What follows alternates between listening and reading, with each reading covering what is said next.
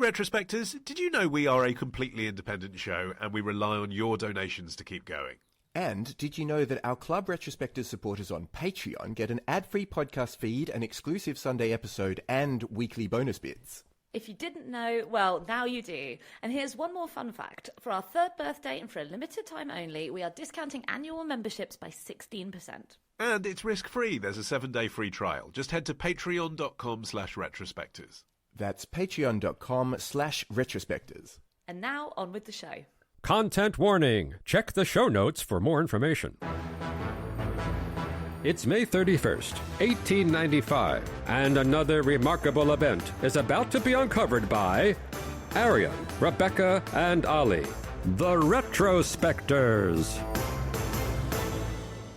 So, it was on this day the nutritionist and eugenicist John Harvey Kellogg got a patent on cornflakes, which were invented partly as a repressant for sexual desires. Now, there are some trigger words in that sentence I just said, and I don't intend to ignore them. We will return to them. What a CV.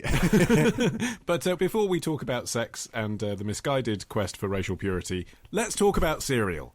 John Harvey Kellogg getting patent number 558393 was significant because he was the only person named on the patent, but very much not alone in having created them. No, he created them with his brother, Will, who worked with him in... Basically, Dr. John Kellogg had this part spa, part gloomy boot camp called the Battle Creek Sanitarium, and he actually coined the word sanitarium. He invented so much stuff, it's actually crazy. I mean, peanut butter, soy milk, we're not going to even talk about that. Physiotherapy equipment, the word sanitarium. Yeah, so a sanatorium already existed where wounded soldiers would go to recuperate. And so he changed it to sanitarium to imply that as well as being a recuperative place, it was also a sanitary one. And it was run along the principles of the Seventh Day Adventist Church, who are very into vegetarianism, abstinence from alcohol, etc., but also cereals. They're very into wholesome cereals to this day. Which isn't so ridiculous. Like, if you think about the other big brand in cereals, Quaker. Yeah. Actually, Arion, did you know this? That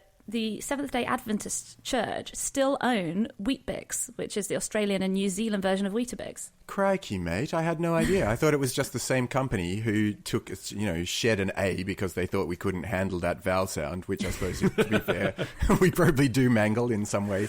But yeah, I had no idea. Cornflakes are interesting in two ways. One, how they created them, and God only knows what other processes they subjected corn to before they came up with the ones that they finally settled upon, which seemed to be like mangling corn in so many different creative ways that, flakes is a kind word for what came out the end. But the other fascinating thing is the why he was doing it.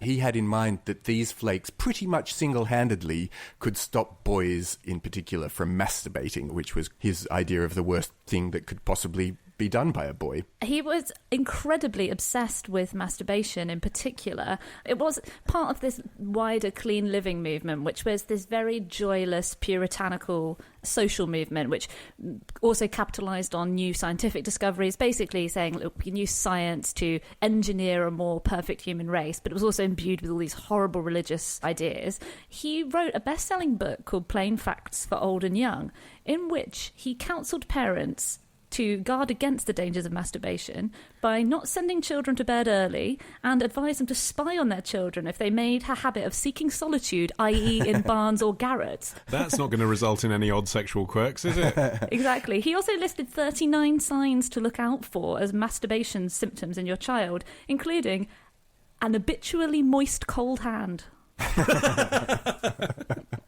Well, he apparently wrote 156 pages of the second draft of that book during his honeymoon, which is actually quite subversive. I mean, he did take his belief in sexual abstinence all the way through to his marriage. Apparently never shared a bedroom with his wife. Not to imply anything about Dr. Kellogg, but he was also incredibly obsessed with enemas. My gosh. I think there might be something in this whole in that whole thing. Look, he had a whole floor of his sanitarium dedicated to bowels. And his worst bowel treatment, where he was into... Or his best. Or his best, I guess, if you like it. But apparently the device that he created could pump 16 litres of water or other substances. He also thought that putting yoghurt up the bottom was a good idea.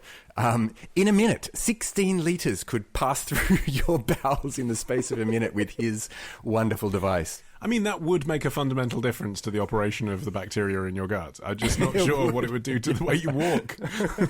He also invented a vibrating chair and, I love this one because it makes me think of Inspector Gadget, mechanical massage slapper. Okay. I said we'd park the sex and race stuff. Now, just for a second, let's talk about cornflakes. Okay. Yeah. Because obviously people have been making foods out of grains for centuries. The novel bit was they inadvertently invented tempering, which is the process whereby cooked grains are allowed to cool for several hours. That stabilises the moisture content of each grain. They're then flattened between large rollers and toasted. Now, Kellogg only did that because he'd accidentally left out some dough the night before in the experimental kitchen, and somewhat idly the next day was like, oh, left this out, what will happen if I toast it? And that's how he created cereal. Like, before then... I was about to say before then it all tasted bland, but as we hinted earlier, the whole point of this was to suppress your sexual feelings because you were eating bland, not too spicy, not too adventurous food, and no meat and no alcohol. But he made something that tasted better than what he'd created before.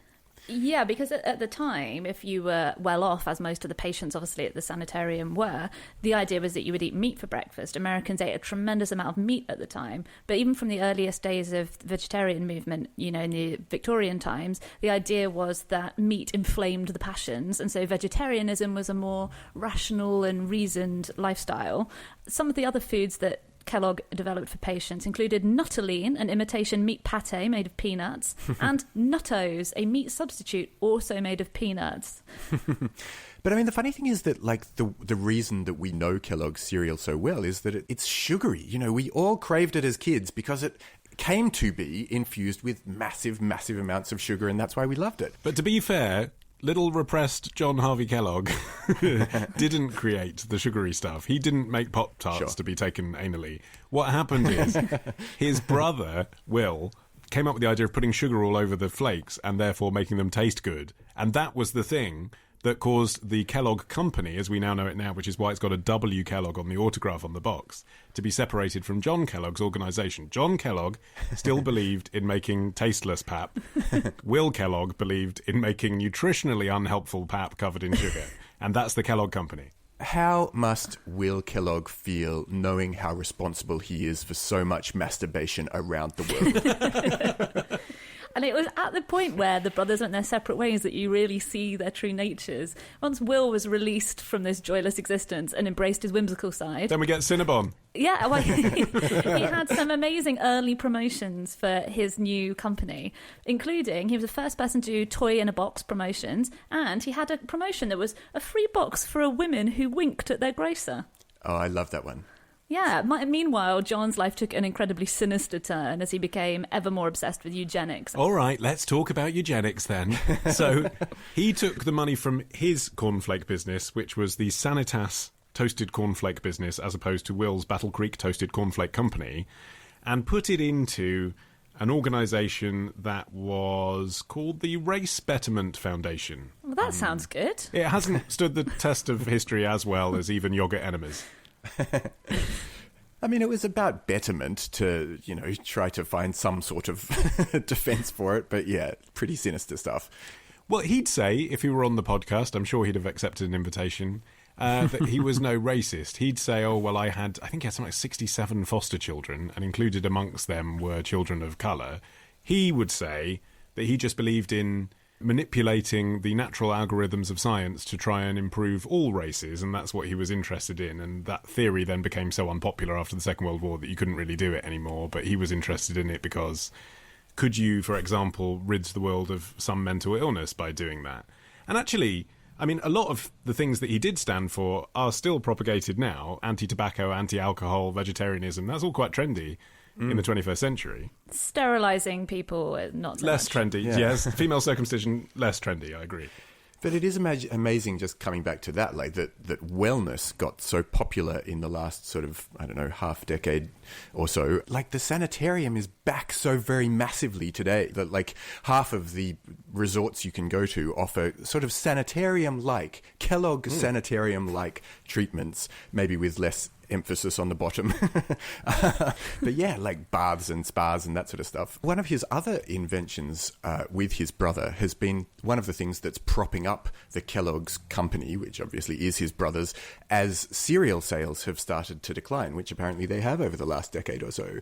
And these days, the fake meat offered by the Kellogg company is one of their biggest sellers, and presumably only going to continue to grow as vegetarianism and veganism themselves grow, and also as like fake meat gets better.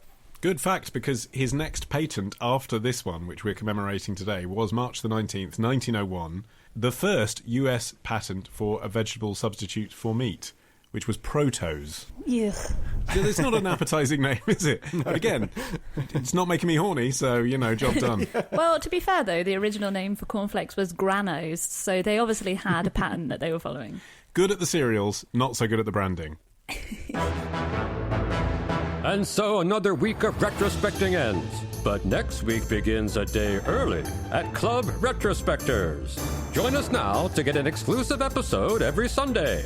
Patreon.com/retrospectors.